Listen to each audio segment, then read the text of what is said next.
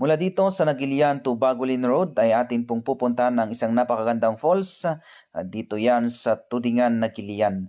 So madalas nga po natin na nakikita noon na marami po ang nakaparada sa mismong gilid ng kalsada malapit sa kaniyang signboard. So ngayon po ay personal po nating pupuntahan at atin pong sasaksihan ang ganda ng falls ng Nagilian na ito.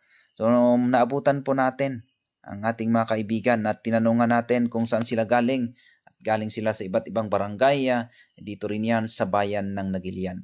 Ito na ang waterfalls ng Tudingan, Nagilian, La Union.